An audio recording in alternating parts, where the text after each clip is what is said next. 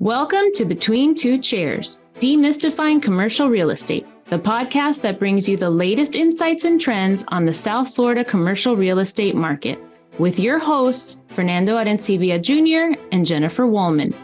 In each episode, we dive into the world of commercial real estate and break down complex concepts to make them accessible for everyone. Whether you're a real estate professional, a curious investor, or just interested in the South Florida market in general, Between Two Chairs is the podcast for you. So pull up a chair and join us.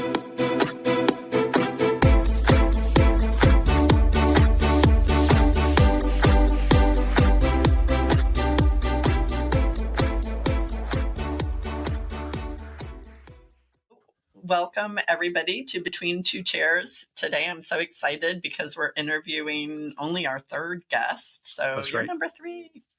Awesome. Estrellita Sibila. And for those of you who don't know Estrellita, well, first of all, the word means little star, but to me, she is a big star. She is a land use and zoning attorney here in Miami.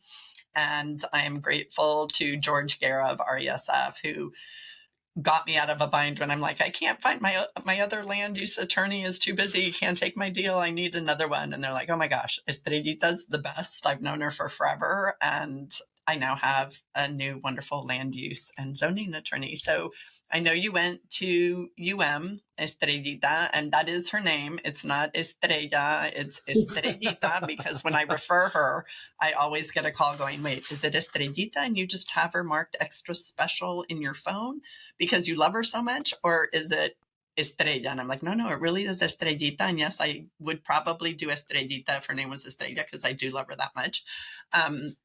You went to graduated from Law School. So give us a real quick little background. So first of all, thank you for inviting me to be on this show. I've listened to you all banter about real estate, and I just love it so much. You break it down in such an easy way for people to understand, whether they're fully engulfed in our industry or just wanting to learn about real estate. I think you all do such a great job of really breaking it down and explaining it into these wonderful bits that are easy to get and easy to implement. So I'm excited to share my time with you this morning. So I am a born and raised Miami native. I am a triple cane. I went there for undergraduate, law school, and then I also did a master's of law in real estate development and finance. And I've always had a love for real estate that started with my mom, who would take me with all these drives on the weekends. The drives were always free and open houses were free to attend.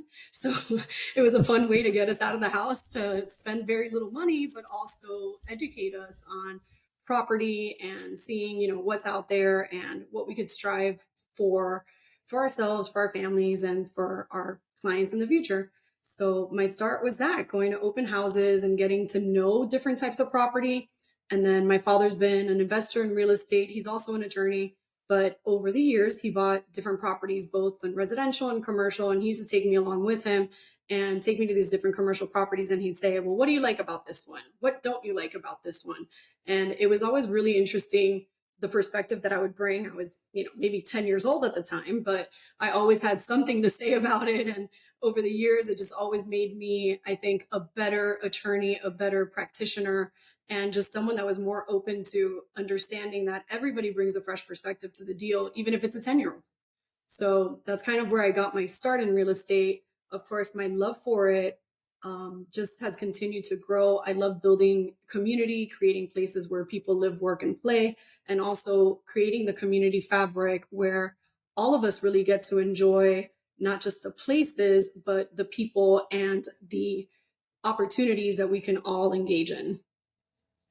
Well, I wanted to say thank you for the kind words. I think we are kindred spirits. I've heard you speak many times on zoning issues in front of an audience. You have tremendous presence, but you also have that ability to really break down the, what looks to be a very complicated, a very,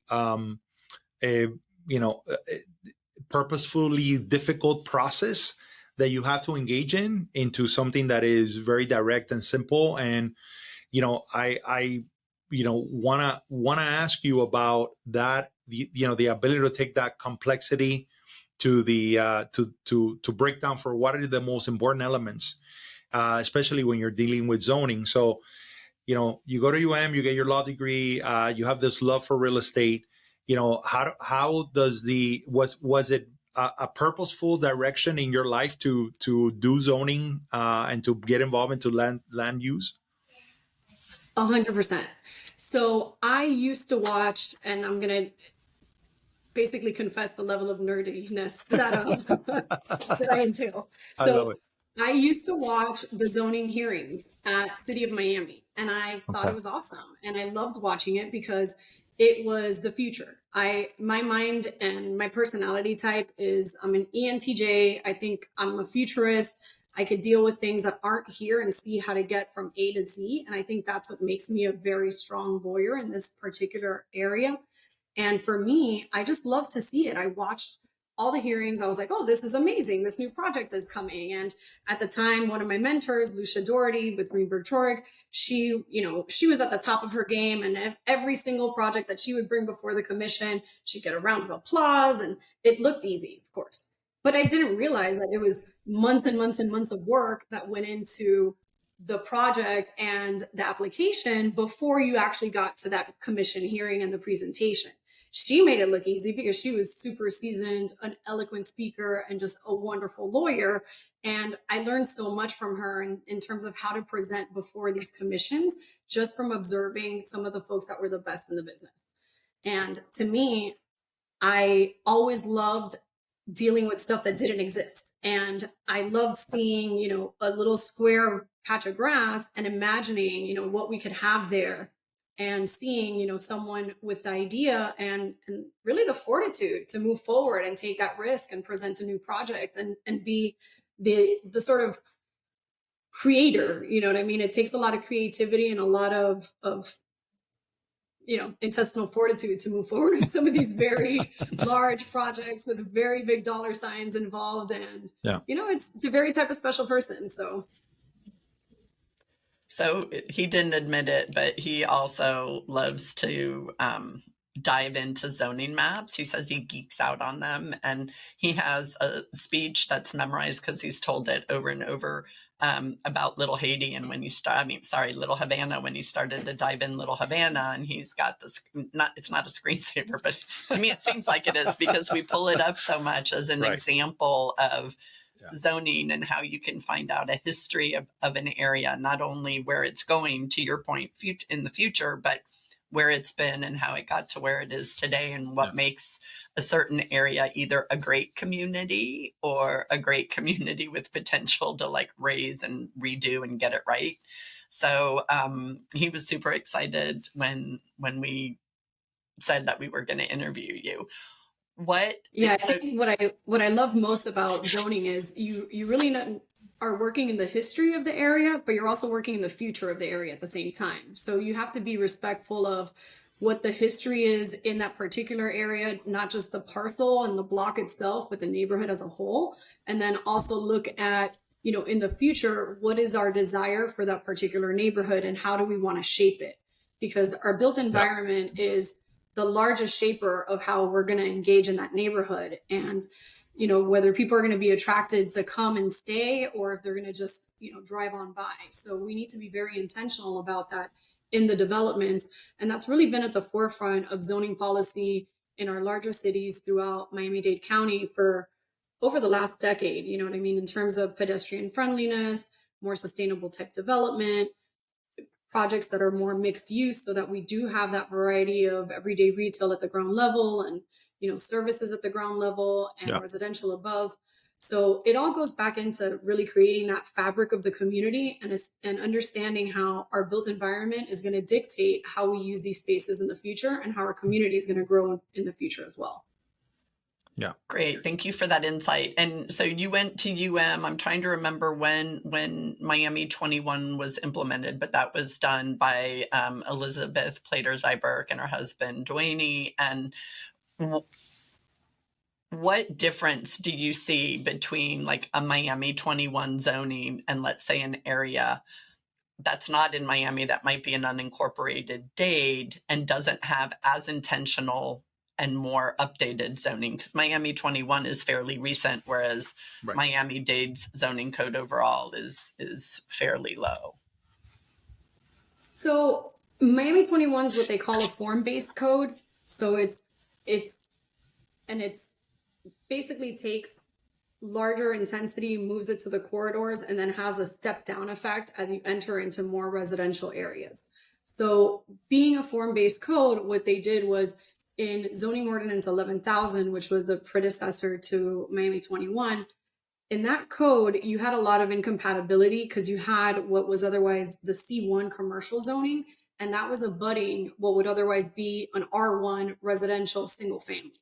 So when they'd made those changes, the idea was that they would create a code that was more protective of the adjacent residential properties while creating a step down effect from the commercial and more intensified residential into the single family neighborhoods.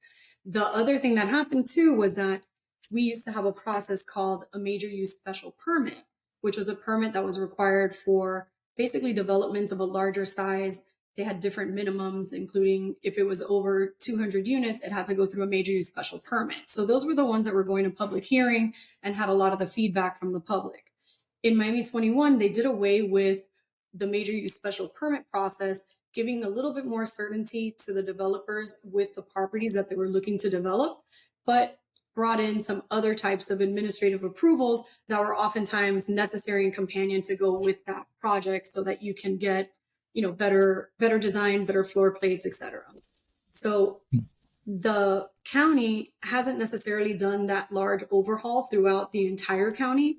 What they've done is they've created different nodes where they've created specialized zoning around either rapid transit corridors or community urban centers. And in those community urban centers, you do see a lot more of the mixed use and pedestrian friendly type of development style that they're trying to encourage.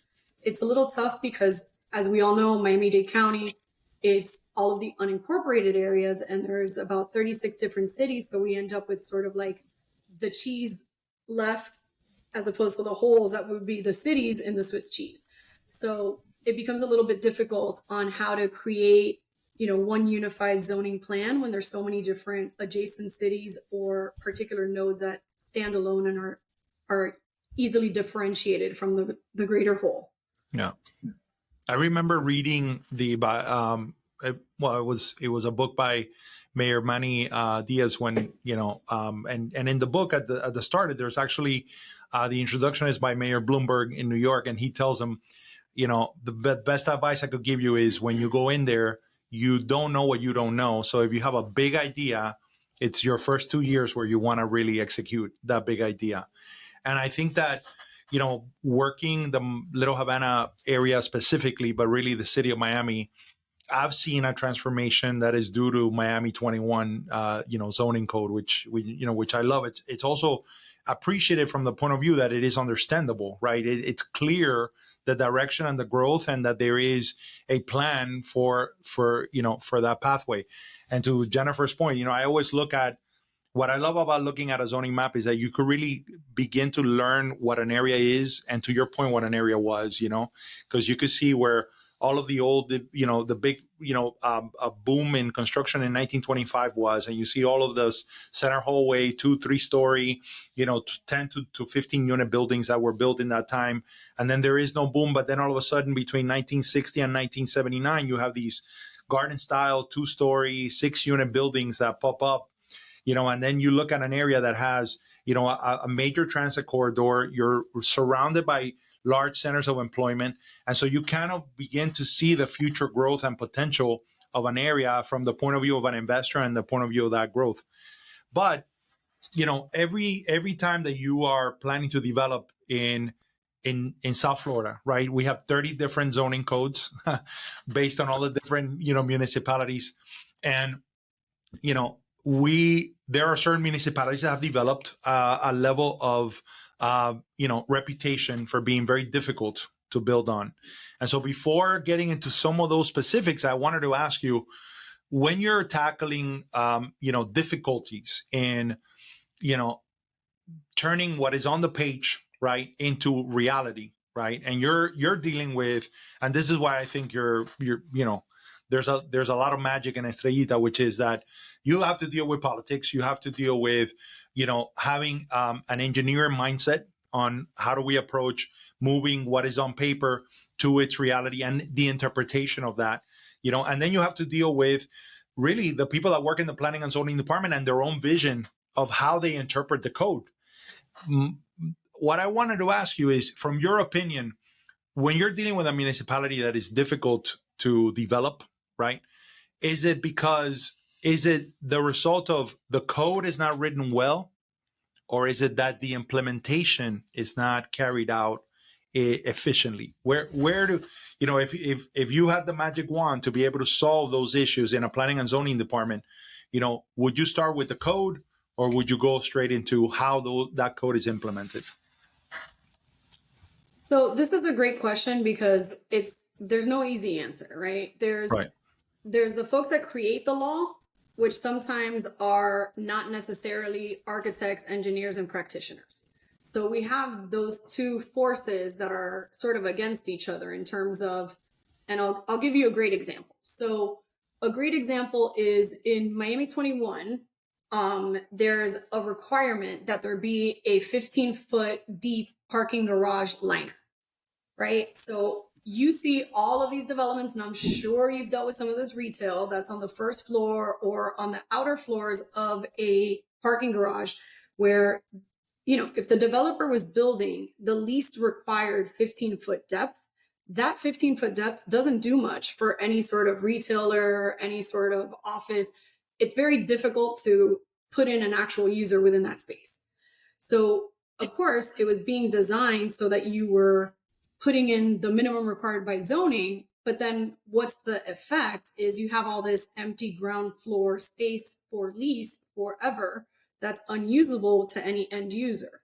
So some of the earlier buildings that were being built under Miami 21, was, all right, we got to put 15 feet, we got it, check. We lined the garage, we're good. There's going to be an active use behind it. But they underestimated the response from the retailers and the actual consumer and the users of having to actually put in a usable operation within that space.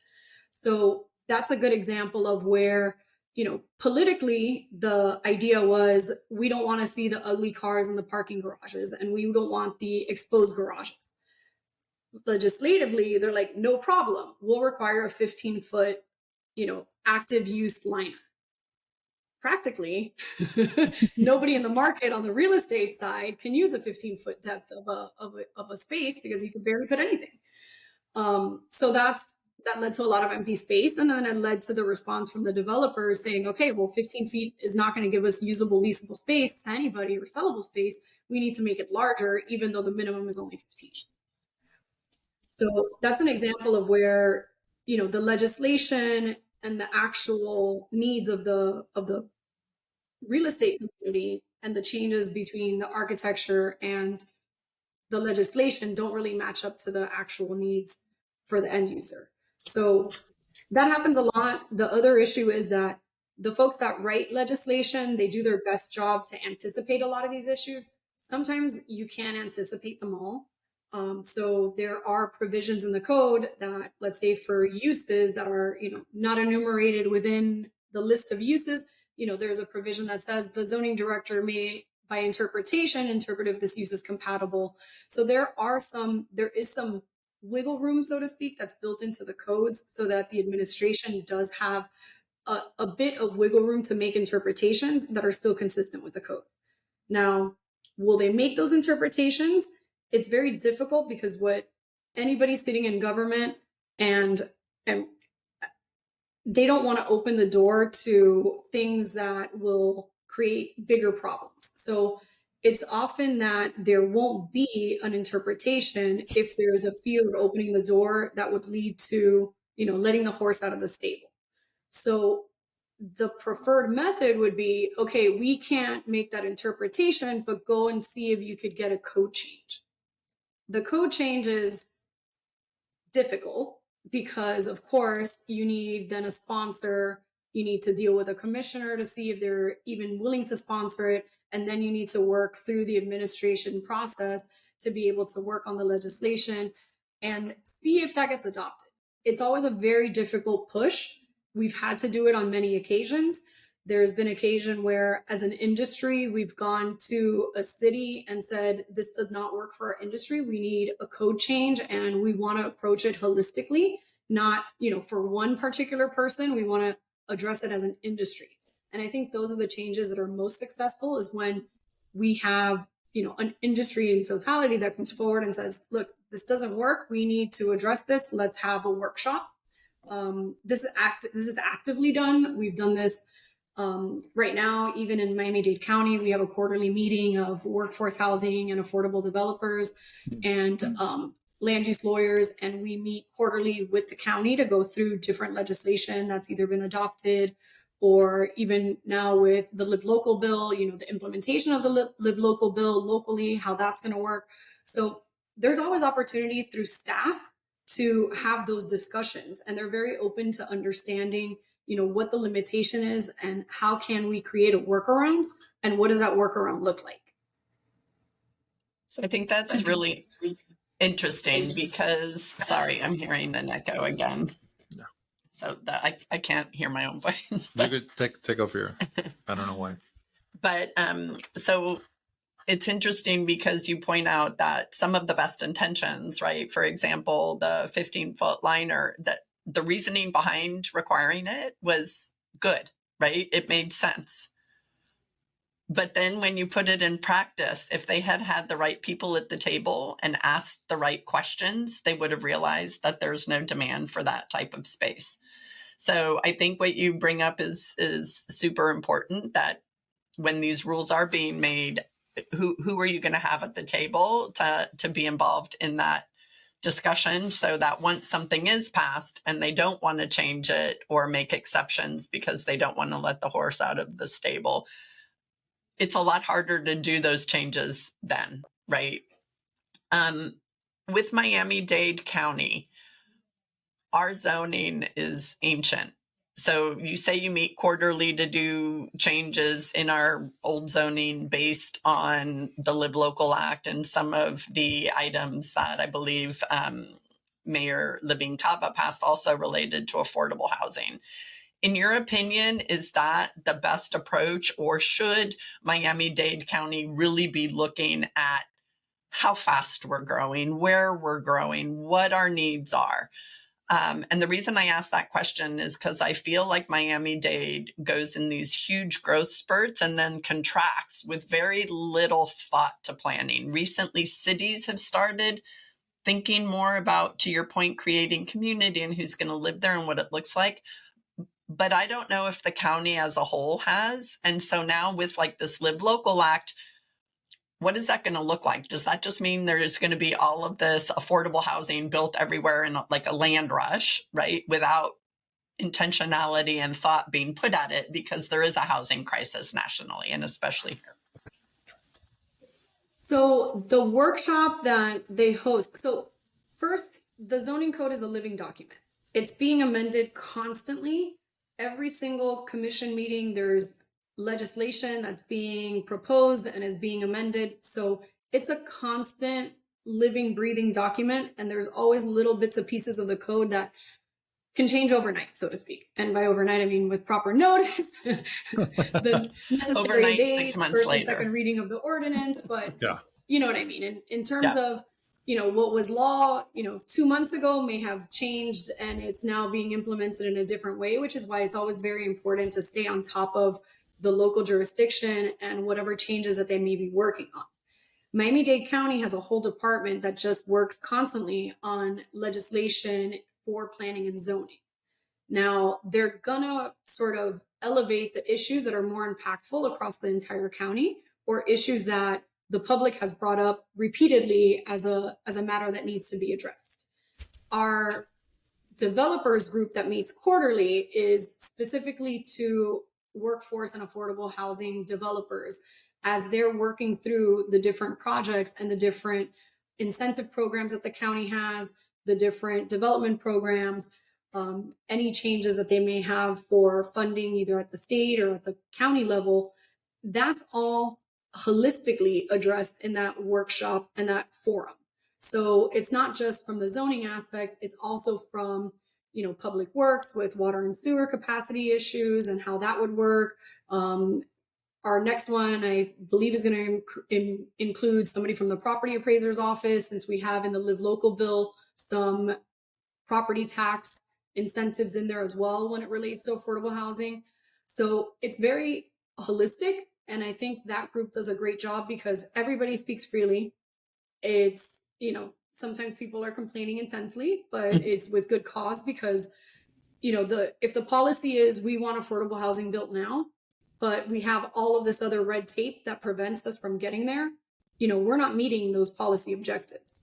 And the folks that are sitting on the government side sometimes aren't aware of that, and they need us from the public sector and the private sector, that is doing this type of business to let them know where the rubs are and where they could help us improve the process. So that's currently what's going on now with the Live Local Act, because of course it's very broadly written and it at first glance does sound like it's full free flow runaway development as long as you're aiming at those affordable housing goals. Mm-hmm. That's not the case. It's limited to properties that are currently zoned for commercial, industrial, or mixed uses. There's a requirement that you provide at least 40% resident units as residential affordable. And that's based on the Florida statute's definition, not on our local definitions, which sometimes our affordable and workforce allow for greater than the 120%. So, they're very nuanced differences. And then, of course, in the Live Local Act, if it's a mixed use development, it needs a dedicated percentage of at least 65% of the total square footage to be dedicated to residential. And of that 65% that's dedicated to residential, at least 40% of those units have to be affordable. So part of what the county's been helping us dissect is line by line, how they're looking to implement some of these things. The Live Local bill sounded like it said, you could go as high and as dense. Yes, but there are interpretations of within the county of, how high and where and how dense. So right now, the maximum density that's permissible based on their interpretations is 250 units per acre. And the maximum height that they're allowed to go to is the maximum height within their own jurisdiction, which in this case, the way that the state legislation is written, allows them to include the properties that are in the rapid transit zones. So it's interesting when they go to dissect all of these aspects, because what still remains is the setbacks, the FAR, the lot coverage, all of that's still going to remain the same. So although you have this additional density and additional height, it does not necessarily mean that the site that you're looking to develop on will have the necessary floor area. And once you apply the setbacks, that you would actually achieve that maximum 250 units per acre density. Right. And that's why it's important. So we were having this conversation about something totally different, but what you read in the news, right? And what comes across in the news, which is basically just a sound bite and an overview, becomes a lot less meaningful when you dig into the details in a given area. So we're hearing, not that I don't think that the Live Local Act is great. I think it is going to help. I think there's a lot of really good legislation in there. And I think a lot of people are encouraged to look at affordable housing again, because building affordable housing is extremely expensive. Yeah. So I think that that's great. But if you read the news, it almost sounds like, oh, this act is going to solve most of our affordable housing woes, right? And then to your point, when you get into the detail local zoning, maybe not, it's definitely going to help. But right. Well, yeah, it's interesting because, I'm sorry, go ahead. No, go ahead, please. Yeah, the legislation basically prohibits the municipality from requiring a public hearing specifically for use, for height, and density. But those are just part of the zoning equation. You still have the setbacks, you still have lot coverage, you still have FAR. So those items, the county or the city cannot require you to go to public hearing. But it's not to say that you won't end up in a public hearing process because of some other factor related to the development. Yeah. So this all was because of, the not in my backyard folks. Right. And this came from the west coast of Florida. And they essentially have a lot less intensive zoning in a lot of those other areas that are outside of our county for the most part. You don't see 150 units per acre anywhere, or 250 per acre, or, in Miami that we have 1,000 units per acre in our central business district area. So, the rest of the state is very, very low in their density. So, I don't know how the rest of the state is taking this in terms of, how they anticipate this would impact some of their more established single family residential areas. But I know here in Miami-Dade County and city of Miami, this is, they're looking at this as a very positive for our affordable housing stock and that development. The land price is still the land price, and we're still very expensive. So everybody's really crunching these numbers to understand, with these incentives for the density and the height, along with the property tax, along with, all of the other bits and pieces for financing and such, if it's, if it all pencils out to do these projects down here.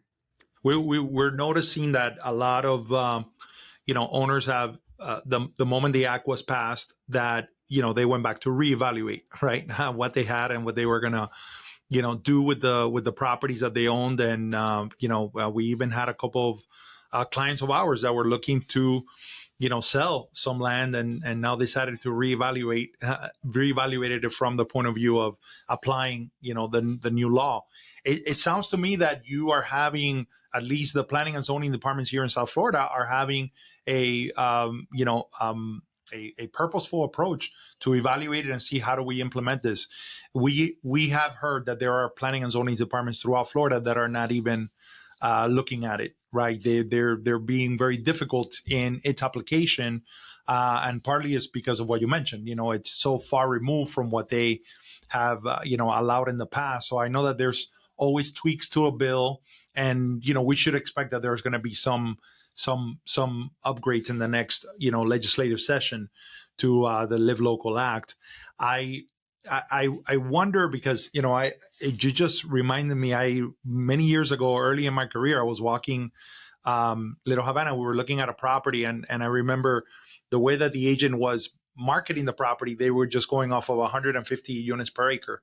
So he was just doing a normal division of how many square feet were in the lot and all that stuff. And the developer was like, well, you're not taking into consideration the circumference that I need to have in order to have ingress and egress to the parking area. You're not really understanding, FAR. You're not. So, the complexities of it, which I'm sure it's part of what you love about it, because what we love about commercial is that there's no day is ever the same. Right. And so, I think what attracts us is that there's a challenge inherent in, in what you do. And, look, we know that there are cities here that have, municipalities that have developed a reputation for being very difficult to build, and very difficult to navigate, and, I wonder from your point of view, some of these municipalities, Miami Beach to a degree, Coral Gables, even city of Miami, is that a result of, from your perspective, right? What could be done better by the planning and zoning departments? Because we feel that a lot of the issues that are faced in our city, like affordable housing, right, and affordability, a lot of those fights, a lot of the progression is going to happen within the planning and zoning departments. So what do you think is inherently difficult about navigating development in some of those municipalities? I think the biggest difficulty is that sometimes the cross communication between different departments isn't as strong as we would like. So in policy wise, we've been talking City of Miami and unincorporated Dade. The policy is, if you're building an affordable housing project, you have an expedited building permit process. It's expedited, but it's still the same long building permit process, and you're really not very expedited. So sometimes there's processes that we need from, let's say, the community development department. They need to, if it's an affordable housing project, they normally need to certify that project is meeting certain requirements, etc. That then goes to zoning. Zoning then does their review. So there's a lot of collaboration between the departments that needs to happen, that they really put the onus on the project proponent to get all of those ducks in a row for them to then bring it in packaged, rather than them talking to each other and making sure that this is, a joint effort between the departments, zoning, and the developer to make sure that this affordable housing gets built. So I think we lose a lot of time and momentum in trying to create this collaborative vision between the different departments that have to participate. I'd love to see there being some of those silos broken down so that, there is a more direct line and understanding if we need, to submit this particular application or approval, let's say to the state by X deadline, that, everybody's working in unison to meet those deadlines. Because otherwise the project gets pushed away, you don't meet the deadline, you can't get the funding for it or apply for the funding, that project's going to die, even though the developer's already put it under contract, locked the property into an agreement with the seller, or normally they won't purchase a property ahead if they're going to go for tax credits, but they'll lock in the property. They've spent money there. They spent money on project design. They've spent money on designing the basic set of project documents that would need to get approved by zoning. So it's a lot of money that gets invested into these things. Yeah. And, by the time that you've generated your project plan, selected a site, like just think about how many people you've touched in that process, from the realtor, the different agents, the surveyor, the architect, the engineer, the lawyer, the, plans processor. So it's a lot of money that goes into play. And I think sometimes there's a lack of understanding or appreciation from the city side of how much of an investment and risk goes into it from these proponents. Sometimes I feel that we have, instead of looking for ways to get it approved, everybody's looking at it to say like, oh, wait, we need to add this one little thing here that I found with a magnifying glass. And, you need to give me an additional measurement. And I get upset sometimes because, every time we get a set of plans kicked back, we have to go back, we have to pay the architect. Sometimes we have to pay an engineer. It's a lot of, back and forth that we lose in time, which means that we're paying interest to somebody, or it's, time that we're losing in due diligence, or, it's time, it's money. So I get upset sometimes because of course, it's costly, and I want it to be affordable, and people end up getting pushed out of the affordability game because of the delays. And I just want to point out to our listeners, because a lot of what you're saying, even though we're relating it to affordable housing or ground up development, a lot of these exact same zoning issues apply when you're doing a change of use or you're doing build out of a new restaurant space. You still have those issues and the plans that go back and forth. And I do want to do what we have done before with the City of Miami Gardens and give them a huge shout out for how they approach the process, which to the point that you had of all the different departments being separated, they have everybody in one room. And you go and you submit your plans one day at your given hour, and everybody who is ever going to touch those plans are looking at it and giving their input live with everybody else in the room. So shout out to City of Miami Gardens. I want to say in the good old days in City of Miami, I remember being able to go and setting a meeting with zoning. So when we would submit our plans to zoning, I would go down there and take my entire list of every single zoning request that we had, and I would go through every single, if it was the major use special permit, we had, subsidiary permits called like class 2 or class 1s. So we would go through and every single request, make sure that every single one was included. But it wasn't this like, oh, I found one problem, I'm kicking it back, change this one, bring it back to me, and then they re-review it again. And, oh, wait, now lo and behold, I found this other problem that maybe should have been found before, but we didn't see it. So now we got to go back again. So that was, to me, it was a better way to get it accomplished, because we understood and we had an opportunity to discuss the issue and make sure that it was being interpreted correctly, or if it was a matter of, a critical need for the change.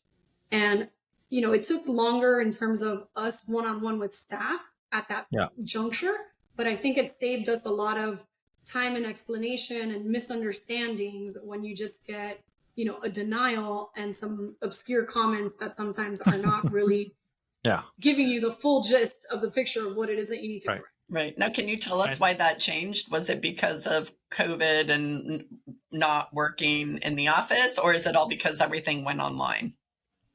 That I've been doing land use and zoning for almost 20 years now. So that was, I want to say it was even before Miami 21. Oh, okay. Wow. Yeah. So Estrellita, in your legal practice, and I think the answer to this question is not early enough, but when do most clients engage your services? Is it right at the start of the process, or is it usually they run into an issue and now they have to fix it and now they need a land use attorney and that's when they reach you? So I want to say this answer depends on the sophistication of the client. Okay. And unfortunately, those that are less sophisticated will get a zoning attorney involved when they have a problem. Those that are sophisticated will get a land use attorney involved to avoid the problem. So, during due diligence is the ideal. Typically, I like to get involved if it's on a buyer side before the contract is signed, so that we can build in some protections and some guardrails in due diligence and even potentially negotiate within the agreement what it would cost us to extend due diligence. If I know that I'm at risk of needing that extension, I want to know how much it's going to cost me up front. So, my preference is always have the land use attorney on board. If you're looking to develop or you're looking to change the use, you definitely need some sort of land use attorney that's looking at the property, what's already been approved there, to see what the bigger issues are going to be that your clients may face. I know that I was involved in a deal with Jennifer. I wasn't even on there as a land use lawyer, but we were looking at a lease, and there was some legislation that I caught wind of that would otherwise kill the entire deal just because of the way that the parking would have impacted that particular user. And, not having that zoning knowledge at that time would have probably put the parties in a really dire situation when they went to go implement and try to get their permit. They would have been hit with hundreds of thousands of dollars of parking impact fees that they weren't anticipating. Not only that, but it would have affected the people who already had leases signed and had stuff under operation. And again, that goes back to our point that sometimes stuff that's well-intentioned isn't thought through all the way. And this was in an area in Wynwood. And if they had done that, like all of those outdoor eating areas would have had a huge issue with parking. So we got her involved before we even signed the LOI because it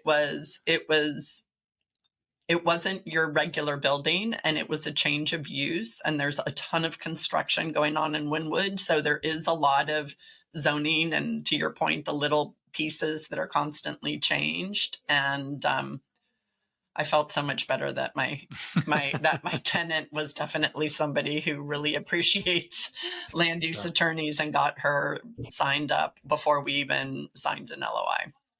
So yeah, I'm always surprised by how few people know that land use and zoning even exists, because it's one of those things that it's passive. You don't really know that you're experiencing land use and zoning as you're driving around a city or a neighborhood. You just know when it's like wonderful zoning because you want to stay, right? So like those nodes that we're attracted to, that's like entertainment, retail, and all that, that's because it's great zoning, and it creates literally a place where people want to live, work, and play. So you recognize great zoning, but you don't really experience zoning from I know what's going on. It's like a passive aspect of your everyday living. Right. I want to see if we can switch a little bit just to sustainability and green initiatives, because I know that's something that you've written about before. It's something you believe in. It's something we believe in passionately. And being here in Miami, where we're constantly getting all of the publicity about how we're ground zero for climate change and the issues with insurance, which, by the way, are affecting everybody across the world. We're not the only ones experiencing increase in insurance. But can you tell us a little bit about what you're seeing in either zoning codes or in developments that the developers are actually pushing for some type of sustainability or issues related to climate change to be included in their projects? So the biggest discussion right now is really around sea level rise and around basically stormwater management. And whenever you're doing a development project, each individual property is required to maintain their own stormwater management on their own site. So it's usually based on a calculation. You know, we have basically the 1 in 100 year flooding event, etc. But these calculations have been sort of the crux of how we determine how big of a drain field you need, what kind of engineering you might have to do to the site in order to prevent excessive flooding. So that's one of those aspects that's going to continue to be of interest, because I believe over time that's going to be something that's going to be more of an interest point for development, whether or not it's regulated from the government side. I think most developers that are the smart, better developers that are thinking long term are looking at how they implement potential flooding and sea level rise into their projects. Like one good example of someone that did that, going way back, is essentially Brickell City Center.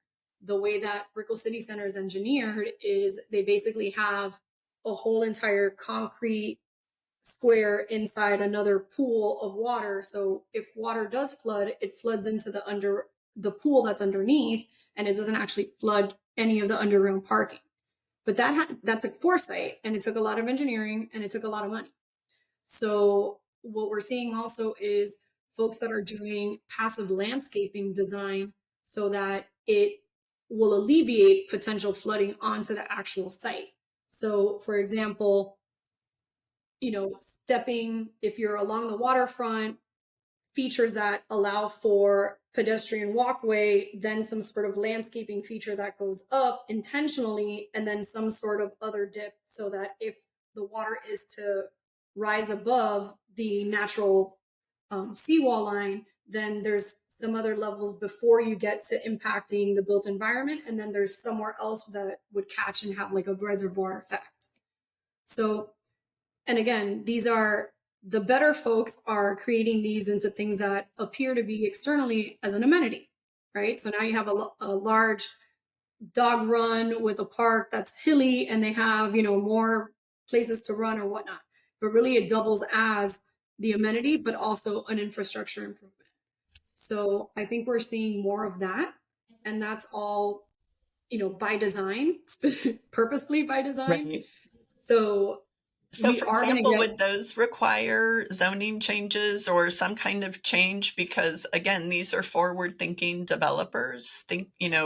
That we don't necessarily have the zoning in place or the requirements in place. Or has Miami-Dade County been progressive enough to say these are designs that we want incorporated in new construction? So a couple of the different jurisdictions, and I'm not going to get the whole list right, but there's a lot of the coastal jurisdictions have adopted something called freeboarding. Freeboarding basically says, let's say you're a single family home and your maximum height that you're allowed to build is 18 feet. So normally those 18 feet do not start until what's essentially the flood level. So let's say you're at where your property is, you have an elevation of +4 that you have to build at to be your finished floor at flood, right? So now you'd be 4 plus your 18, which your building would be at 22 feet total height. So they're allowing what's called freeboard, about 5 feet of freeboarding, which would allow you to put, instead of your house at the 4 foot, at the 9 feet. So now it's higher, and then your height will be allowed to exceed that for the freeboarding. So that gets you more what would otherwise be like either basement area or area that would be breakaway walls or anything that would otherwise be below, prospective sea level or otherwise impacted by sea level rise over time. So those are being implemented in different cities. That gets you, that's an easy way to get around having to amend all the height requirements and etc. So it's basically the freeboard area is excluded from the height. And that's been really helpful to sort of push in that direction. That also in that same freeboarding style would allow for, that sort of what I just spoke about in terms of having a project that goes a little bit higher in its natural sloping on the site and be able to play with some of these other like dips and valleys within its own site to be able to create its own capturing of water throughout. And again, there's different methods to be able to capture, but that's just one example. That's good to hear. And I'm impressed with Miami Beach because obviously they have a major issue with flooding. I mean, they had it just with king tides way before climate change was even an issue just because of where they're located. But in addition to some of the sustainability and green initiatives that they've implemented, I read about a really cool project that they are doing with the Miami City Ballet for affordable housing. So I'm doing that shout out there if anyone wants to look at it. All of this stuff and Estrellita's examples are going to be in the show notes. But I just wanted to give a shout out for those forward thinking cities. Well, we're getting to the end. This has been a wonderful, episode to be able to spend time with you, Estrellita. We are so appreciative, and as always, we like to end with a stat. So I'm gonna, my partner over here always tells me I'm stealing her stats, so I gotta let her go first. No, you don't have to let me go first. Well, I think we should have our guests go first and share your stuff. I didn't give her much notice, so I don't know if she has it, but do you have a fun stat? I have a fun fact. My fun fact is, and maybe you guys know the answer to this, but do you know where the only rainforest is in the continental United States? The only rainforest is in the continental United States. No. It's right here in Miami-Dade County. It's at Fairchild Tropical Gardens. And at Fairchild, they actually have a 2-acre rainforest within their 300 and something acres. And it's one of my favorite places in Miami. Yeah, it is beautiful. Amazing. We'll put that tag in there too, people. I love it. Yeah, so if you go there, it's actually almost like 10 degrees cooler in this rainforest. Yeah. And it has waterfalls, it has beautiful orchids all around year round, and it's really magical. So I've been there, but I had no idea that it was the largest one. I love it. Awesome. That's awesome. That's a great stat. Okay, so mine is related to new business openings because we were talking about zoning and changes of use and everything else. So this is from a Yelp study. In 2022, the Miami metro area recorded 20,572 new businesses, which is the third most openings in the country. It's 14% more than the openings in 2021. And if you include Miami-Dade, Broward, and Palm Beach, we were number 3 behind New York City and Los Angeles. Wow. So you should be really busy, Estrellita. Yeah, exactly. I know you are. That's why it was like, can we squeeze you in, please? Yeah. Well, I definitely always have time for you all. And I think this is such a great program. And I'm really thankful for you all putting this together and taking the time to educate some of our fellow listeners and the folks within the real estate industry and those that are outside looking in. We're always looking to bring more people into our kind of game here. So, well, it looks like you're going to have a lot of work ahead of you. There's been a lot of stories in the news about Miami-Dade County and Miami losing, population, which really, unfortunately, it was erroneous reporting. According to the Brookings Institute, Miami-Dade County is one of only 11 counties in the U.S. that are back to positive population growth in 2021, 2022, after the pandemic-driven population decline. And, Florida is the number one destination for foreign buyers.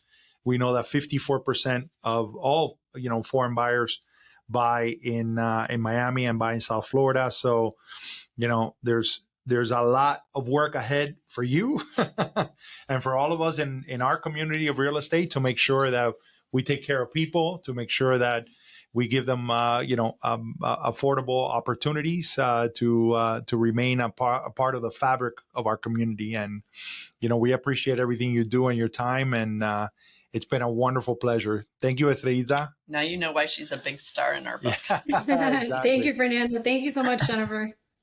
Awesome.